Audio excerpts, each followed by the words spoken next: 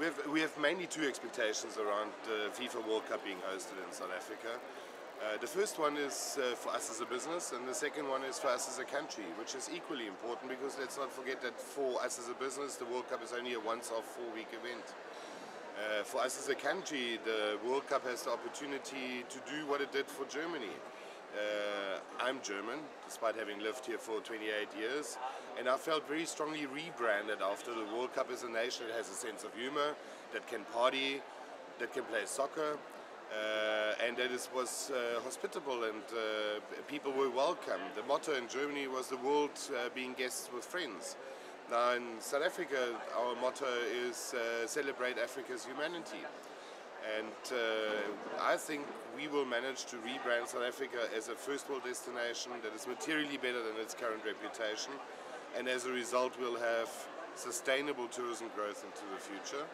So that is the one side of it. The other side of it is, as a business, we niched ourselves in the activation of hospitality programs, and mainly within the FIFA sponsorship arena, and we're very fortunate to count customers like Coca-Cola, Castrol, Continental, First National Bank, MTN and Adidas as our customers, for which we are going to handle 60,000 passengers, so for us it's commercially a very successful venture. The safety aspect of traveling to South Africa is often overstated in international media.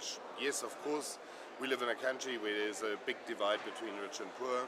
Yes, of course, we have areas in this country that should not be visited and that are not safe. But I come from Munich.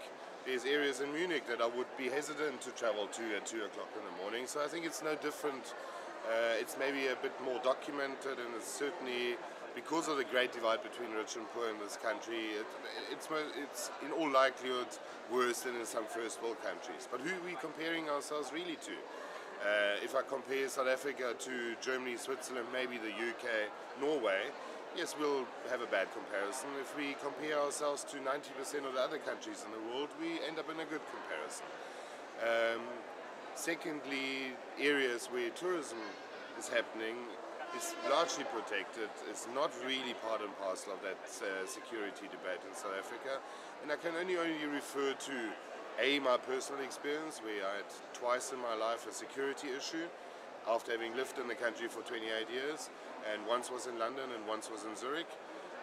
And secondly, I can use the statistics in our company. We move about 200,000 passengers a year, and we have less than 0.5% of security related issues. 2/3 of our customers are self-drive customers, so they're independent, where we can't keep a watchful eye on them, and still we have very low incidence of security issues. There's two ways that inbound travel impacts on the lives of people. Firstly is what companies do for the people as part of their corporate social investment program, and that's obviously size dependent. Smaller company have less resources to do something. We're very fortunate that our main shareholder, Guma, yesterday donated R500,000 to us for our corporate social investment program. Plus Sun International donated money, some of our customers donated money, so we'll have about R1 million available to our corporate social investment program. And there we try and touch people that are less privileged than us, in terms of support of a AIDS orphanage and building a school for them, and remedial teachers in a street children project in Hilbert. The other side is our TO Academy, where we have our own school. This year we run 34 students.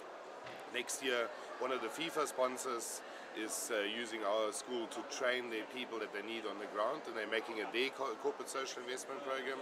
And Continental sponsored us 1.6 million rand for the running of our school for next year, which we're very excited about. All of the students are previously disadvantaged, all of them are black, all of them have to be unemployed in order to join our school, and when they leave our school after a year, we have a 90% absorption success into our workforce, so they have a continued and sustainable employment. And lastly, there's a great statistic out. For every 8 tourists that travel to South Africa, 1 sustainable job is created. In how far that number was established, who knows. But as a result, tourism to South Africa has a huge impact on our macro-social structures in this country.